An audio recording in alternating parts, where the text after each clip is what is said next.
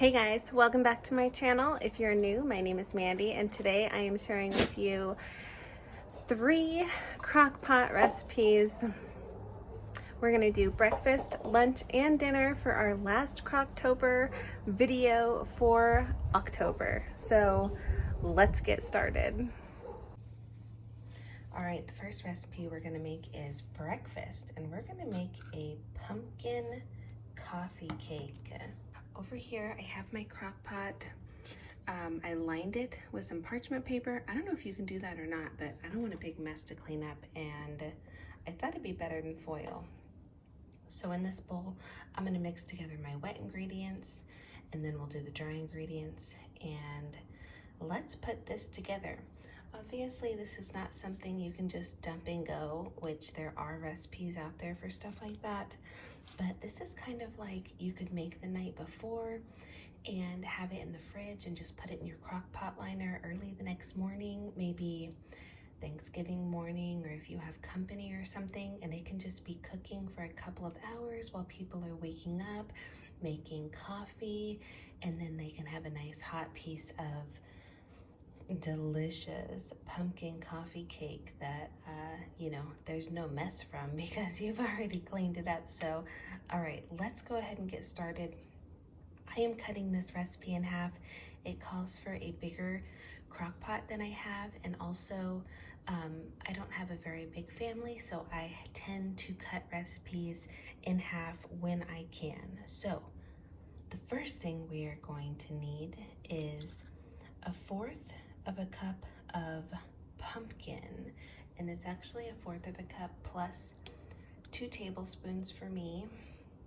So I'm gonna go ahead and add 1/4 of a cup, and then I'm just going to honestly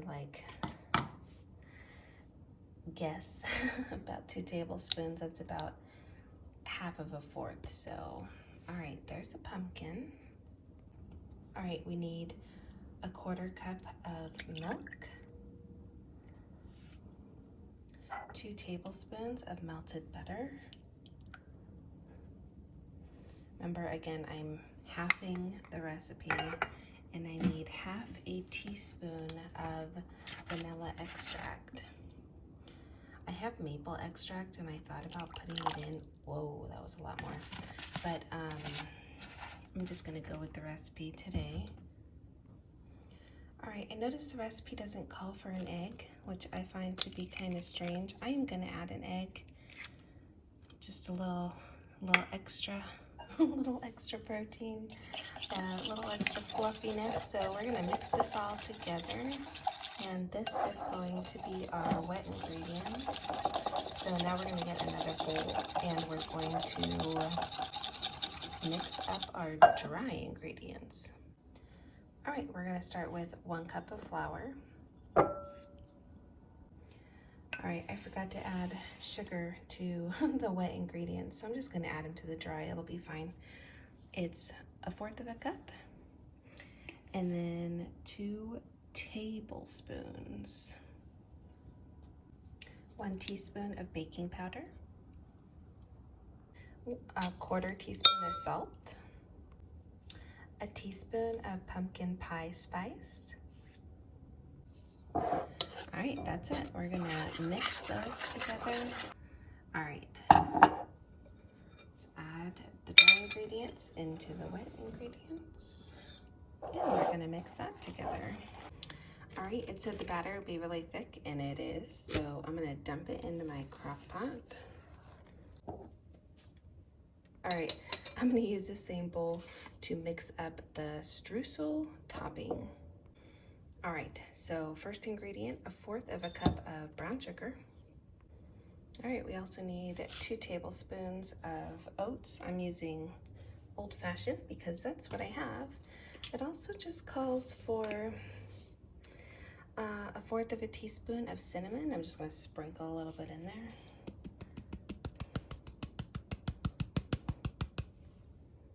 That looks good. I love cinnamon. All right. 1 tablespoon of flour.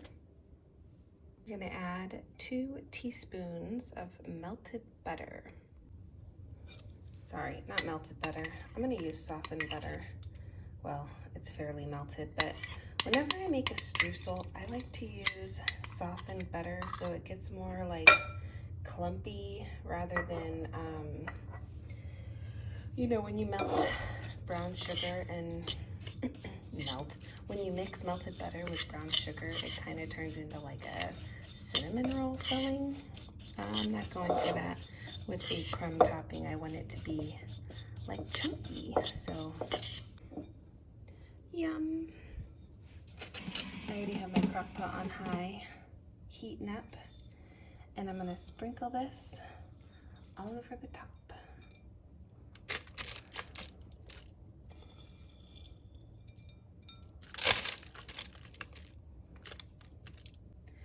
All right, and that is it. It says to put a paper towel under the lid. Let's do that.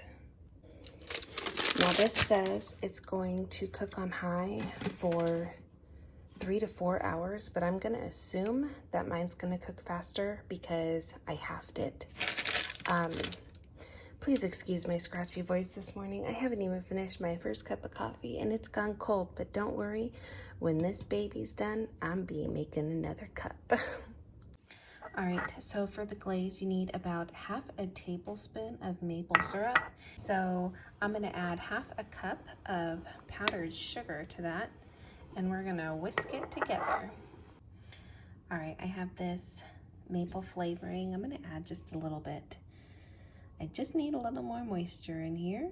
That maple syrup did not do it. And I also have a little heavy whipping cream.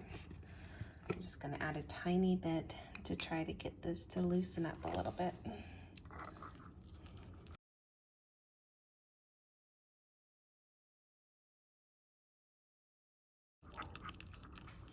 All right, and I was tempted to like turn on the broiler so that I could kind of like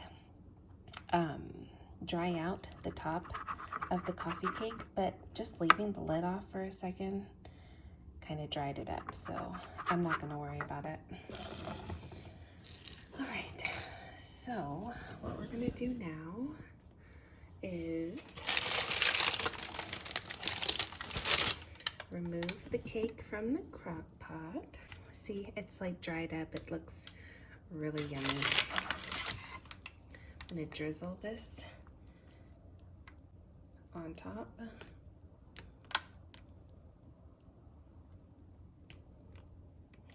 Oh my gosh, you guys, it smells so good. Yum. Oh my goodness gracious. You guys ever had those Costco pumpkin muffins? Hello, maple glaze. That is what this reminds me of. All right, let me grab my coffee and we're gonna slice up a piece of this.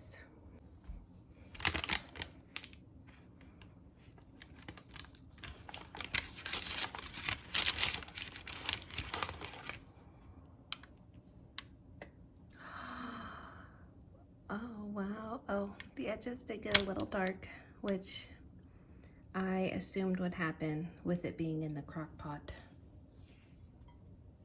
You know, anything touching the bottom of the crock pot is probably gonna get a little bit hotter.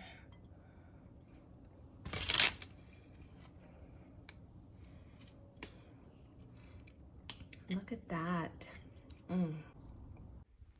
This was so delicious. I don't know if I'll cook it in the crock pot again because of the edges, but oh, it tasted so good. All right, so for dinner tonight, we are gonna have chicken thighs in the crock pot. But when I do a protein in the crock pot, I like to either sear it or in this case, we're gonna grill it a little bit before putting it in the crock pot. It just adds so much flavor and it's gonna make these crock pot chicken thighs more of a like barbecue chicken thigh. So I have my chicken thighs here in this bowl. My barbecue is heating up. This is our propane grill.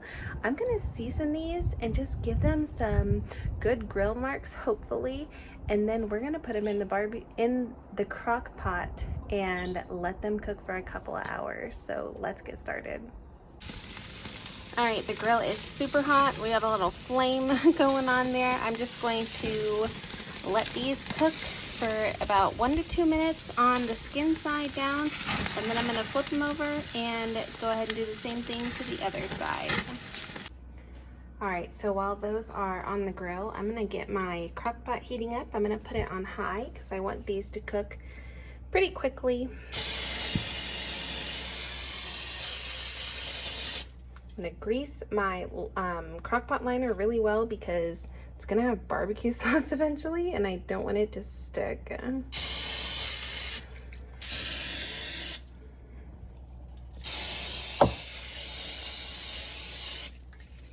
All right, that should be good.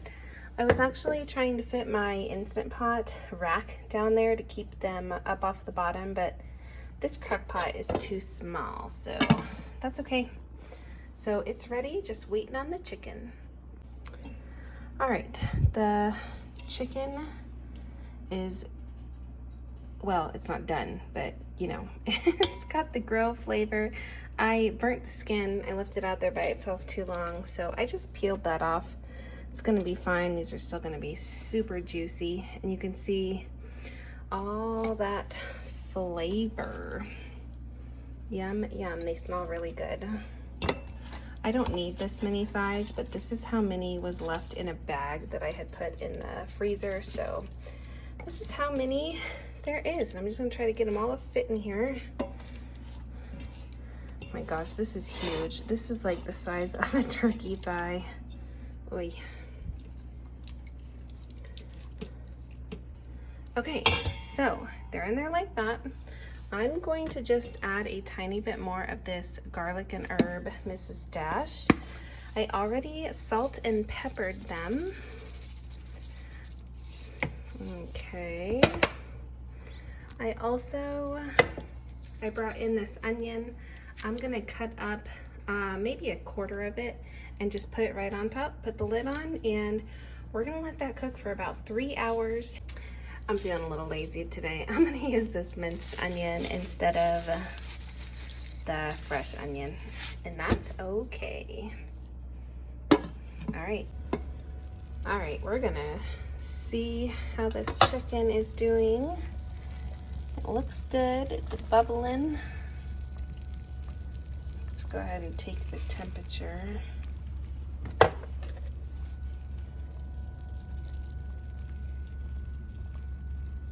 Oh yeah. Oh yeah, it feels really soft. Tell you what, if I'm gonna eat chicken on the bone, I like it to fall apart. And, and we're pretty much there. Okay, awesome. So, gosh, what did I say we were having with this? I don't even remember. I think I'm gonna make a salad and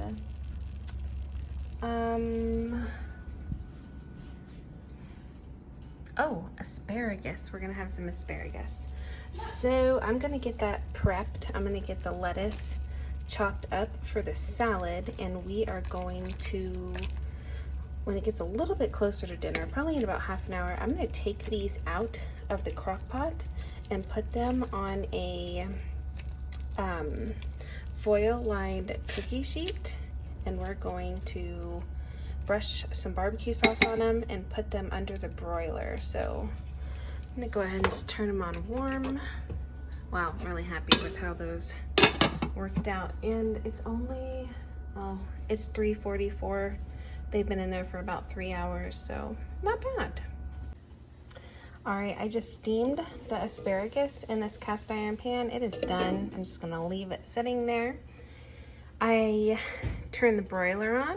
I'm gonna pop these in the oven and get them all like crispy and caramelized. I chopped up the lettuce. I will just mix it all up right before we're ready to eat. And this is going to be dinner tonight. These chicken thighs are like tender and like falling apart, but not to the point to where I couldn't like flip them over and like baste them with the barbecue sauce. So I'm really excited to eat these. I love when, like I said, a chicken leg or a chicken thigh is tender and you can just pull it off the bone. Thumbs up for me. I think they're gonna taste great with that little bit of barbecue flavor, so I will let you guys know. All right, here is dinner. I just threw together a Caesar salad. I have some asparagus and this chicken. I want to show you. It got really like caramelized in the oven, but look at that. Look at it.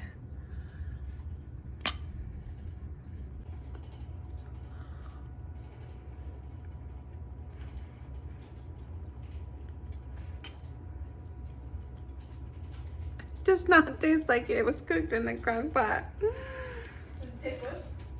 It tastes really good. It tastes like barbecue chicken. Really good. Oh my gosh. I'm definitely gonna do this again. Wow. It's really good. I hope you guys will try this if you like barbecue chicken thighs. And this is how my youngest is having her chicken thigh and Caesar salad, just as a big old chicken salad. All right, and now for dessert, we are making a Reese's overload cake in the crock pot. So I'm cutting this recipe in half. There's really just 3 of us here most of the time for dinner, and I didn't want a whole big cake in the refrigerator. So I used half a box of Devil's Food cake mix, half of a small box of chocolate pudding mix. Sorry, I had to think about what this was. And I think the small box is 5.3, and I was just trying to measure out half of that. I'm going to mix those 2 ingredients together in my bowl. All right, so to the dry mixture, you are going to add, well, I added half a cup of milk because I cut the recipe in half. I will leave the full recipe down below. It's actually, I'm going to leave the link to the video where I saw this recipe. It's from 50 Shades of Mom. I'm sure she got it from someone else, but that's where I got it. I'm going to add in 2 tablespoons of peanut butter, and I just eyeballed that. I'm going to do half a teaspoon of vanilla and try to just use half a teaspoon this time. It calls for 3 eggs, so technically I needed 1.5, but I put in 2 and it didn't hurt it at all, I promise. So 2 eggs. These eggs aren't really that big anyway, so I don't think it hurt anything. It calls for sour cream. I opted to use Greek yogurt instead because why not? Tiny bit healthier, right? I believe this was 2 tablespoons as well. You're also going to need a little bit more peanut butter for the top later on, but we'll get to that. So we're going to mix these ingredients together. I use my hand mixer because it's pretty thick. And when that's done, I'm going to add in a cup of peanut butter chips. I used the Reese's peanut butter chocolate chips. These are far superior in my opinion. I enjoy them way too much, just like eating out of the bag with my hand. They're so good. But anyway, you are going to mix those into your batter. I found this Corningware dish that fit inside the insert of my crock pot, so it wasn't touching the bottom, and I thought maybe the edges wouldn't get quite as like dark. It kind of just like overcooks them a little bit, and it ends up like with this crunchy crust. My daughter even said she called them brownies because you know how you have like the gooey center. It's not gooey, it's cooked all the way, but like the soft center, and then the edges are like a brownie. They get kind of crunchy, not burnt, not at all, but not soft like a cake. So if you're into that kind of thing, it works perfectly. I was surprised that you could make any sort of a baked good in a crock pot, honestly. I had never done that before for the pumpkin bread and this cake. I was amazed that you could cook at, any baked good in a crock pot. So it was a plus for me. It was a win. I mean, I would definitely try it again. Maybe for brownies. I don't know. But anyway, I just smoothed this batter out in this little Corningware dish. Did I call it Corningware? I don't know. I believe it's Corningware. And this worked good. You know, maybe if you put water in the bottom, it would have kept it softer. I don't know. Anyway, it wasn't bad. It was just like a brownie, but we enjoyed it plenty, let me tell you. So we're going to cook this on high. It took about 3.5 hours, a lot longer than the pumpkin bread. But when it's done, you are going to drizzle it with some melted peanut butter. I think the original recipe is 1/3 of a cup. And then you just kind of decorate it. I sprinkled Reese's Pieces on it, and then in the video, she chopped up Reese's peanut butter cups, but I bought these little mini unwrapped peanut butter cups, and they're delicious. But anyway, here it is, very moist, very cake-like in the middle, and let me tell you, it tastes even better cold the next day. So I hope you guys enjoyed this. I hope you'll try some of these recipes, and I'll see you next time.